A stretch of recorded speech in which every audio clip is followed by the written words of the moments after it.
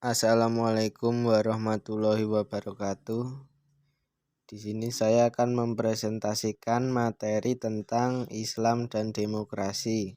Artian demokrasi Islam adalah ideologi politik yang berusaha menerapkan prinsip-prinsip Islam ke dalam kebijakan publik dalam kerangka demokrasi. Menurut Joseph A. Schumpeter, demokrasi adalah suatu institusi perencanaan untuk mencapai keputusan politik di mana individu-individu memperoleh kekuasaan untuk memutuskan cara perjuangan kompetitif atas suatu rakyat. Sidney Hook dalam Ensiklopedia Americana mendefinisikan demokrasi sebagai bentuk pemerintahan di mana keputusan-keputusan pemerintah yang penting secara langsung maupun tidak langsung berdasarkan kesepakatan yang diberikan secara bebas dari rakyat dewasa. Menurut Philip C. Schumpeter dan Terry Linkard, demokrasi adalah suatu sistem pemerintahan di mana pemerintahan dimintai pertanggungjawaban atas tindakan-tindakan mereka pada wilayah publik oleh warga negara yang bertindak secara tidak langsung melalui kompetisi dan kerjasama dengan wakil yang dipilih.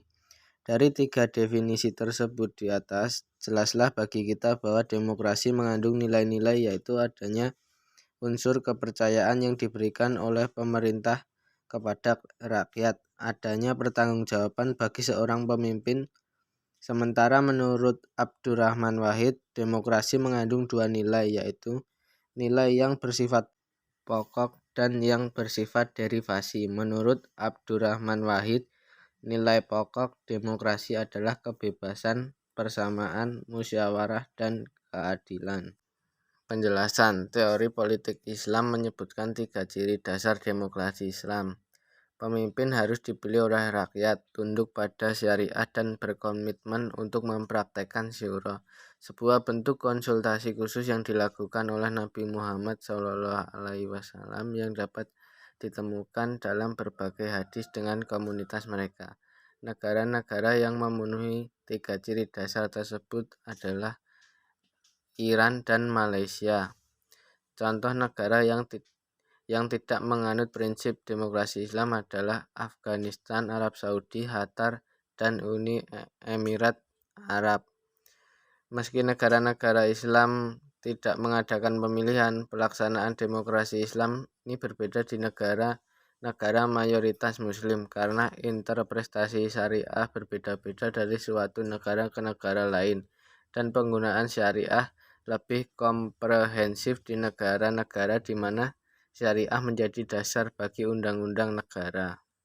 Demokrasi dalam Al-Quran. Di dalam Al-Quran terdapat banyak ayat yang terkait dengan prinsip-prinsip utama demokrasi, antara lain Quran Surat Ali Imran ayat 159 dan Al-Syura ayat 38 yang berbicara tentang musyawarah, Al-Maidah ayat 8, Al-Syura ayat 15 tentang keadilan, Al-Hujurat ayat 13 tentang persamaan, Al-Nisa ayat 58 tentang amanah, Al-Imran ayat 104 tentang kebebasan mengkritik, Al-Nisa ayat 59, 83 dan Al-Syura ayat 38 tentang kebebasan berpendapat. Jika dilihat basis empiriknya menurut Aswab Mahasin, agama dan demokrasi memang berbeda. Agama berasal dari wahyu, sementara demokrasi berasal dari pergumulan pemikiran manusia.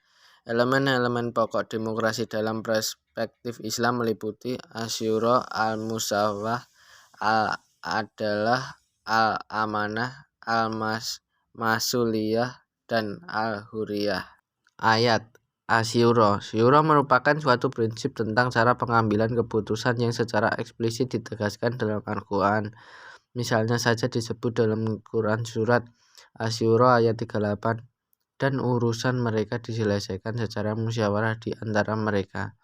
Dalam Surat Ali Imran ayat 159 dinyatakan, dan bermusyawarahlah dengan mereka dalam urusan itu. Penjelasan. Dalam praktik kehidupan umat Islam, lembaga yang paling dikenal sebagai pelaksana syura adalah Al-Hali wa Aqdi pada zaman Khulafaur Rasyidin. Lembaga ini lebih menyerupai tim formatur yang bertugas memilih kepala negara atau khalifah. Jelaslah bahwa musyawarah sangat diperlukan sebagai bahan pertimbangan dan tanggung jawab bersama di dalam setiap mengeluarkan sebuah keputusan. Dengan begitu, maka setiap keputusan yang dikeluarkan oleh pemerintah akan menjadi tanggung jawab bersama.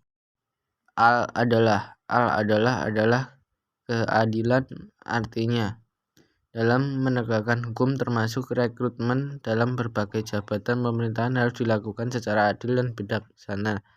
Tidak boleh kolusi dan nepotis. Artinya, pentingnya penegakan keadilan dalam sebuah pemerintahan ini ditegaskan oleh Allah Subhanahu wa Ta'ala dalam beberapa ayatnya. Antara lain dalam surat An-Nahl ayat 90, sesungguhnya Allah menyuruh kamu berlaku adil dan berbuat kebajikan, memberi kepada kaum kerabat, dan Allah melarang berbuat keji, kemungkaran, dan permusuhan.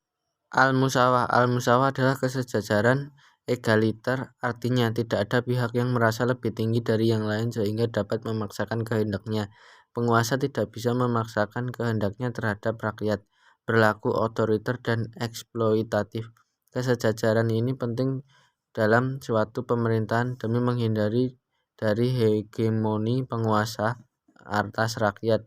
Dalam perspektif Islam, pemerintah adalah orang atau institusi yang diberi wewenang dan kepercayaan oleh rakyat melalui pemilihan yang jujur dan adil untuk melaksanakan dan menegakkan peraturan dan undang-undang yang telah dibuat. Oleh sebab itu, pemerintah memiliki tanggung jawab besar di hadapan rakyat, demikian juga kepada Tuhan.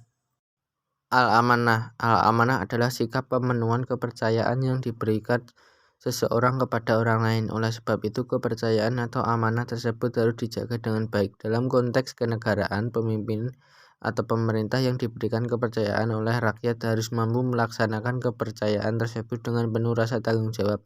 Persoalan amanah ini terkait dengan sikap adil, sehingga Allah Subhanahu wa Ta'ala menegaskan dalam surat An-Nisa ayat 58, sesungguhnya Allah menyuruh kamu supaya menyampaikan amanah kepada yang berhak menerimanya dan menyuruh kamu apabila menetapkan hukum di antara manusia supaya kamu menetapkan dengan adil. Karena jabatan pemerintahan adalah amanah, maka jabatan tersebut tidak bisa diminta dan orang yang menerima jabatan seharusnya merasa prihatin, bukan malah bersyukur atas jabatan tersebut.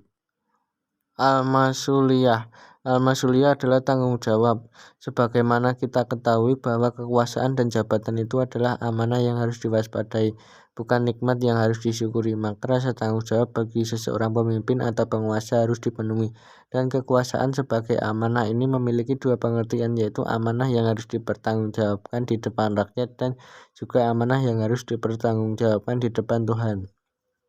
Al-Hurriyah adalah kebebasan, artinya bahwa setiap warga masyarakat diberi hak atau kebebasan untuk mengekspresikan pendapatnya, sepanjang hal itu dilakukan dengan cara yang bijak dan memperhatikan al-akhlak al-karimah dan dalam rangka al-am bi ma'ruf wa an-nahi al-munkar, maka tidak ada alasan bagi penguasa untuk mencegahnya.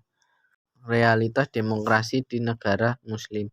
Masyarakat Arab sebelum Islam jahiliyah terdiri dari kabilah-kabilah. Setiap kabilah mengembangkan fanatisme ashabiyat kabilahnya, sehingga di antara mereka terjerumus dalam pertentangan, kekacauan politik dan sosial. Di antara mereka tidak mengenal persamaan, tetapi bersaing dan saling mengunggulkan kelompoknya, dan terjadi diskriminasi kondisi seperti kemudian mengunggah Nabi Muhammad untuk merubahnya dan mengarahkan kepada persamaan dan kesetaraan antar mereka. Sebab persamaan tersebut sejalan dengan kemaslahatan umum yang menjamin hak-hak istimewa di antara mereka. Sebab prinsip persamaan dalam Islam adalah pengakuan hak-hak yang sama antara kaum muslimin dan bukan muslim. Selama kurang lebih 10 tahun di Madinah, Nabi telah melakukan reformasi secara gradual untuk menegakkan Islam sebagai sebuah agama yang memiliki perhatian besar terhadap tatanan masyarakat yang ideal, dan masyarakat yang dibangun Nabi saat itu adalah masyarakat pluralistik yang terdiri dari berbagai suku, agama, dan kepercayaan. Masyarakat seperti yang dikehendaki dalam rumusan Piagam Madinah adalah masyarakat yang memiliki kesatuan kolektif dan ingin menciptakan masyarakat muslim yang beradaban tinggi, baik dalam konteks relasi antar manusia maupun dengan Tuhan. Sekian yang dapat saya presentasikan. Wassalamualaikum warahmatullahi wabarakatuh.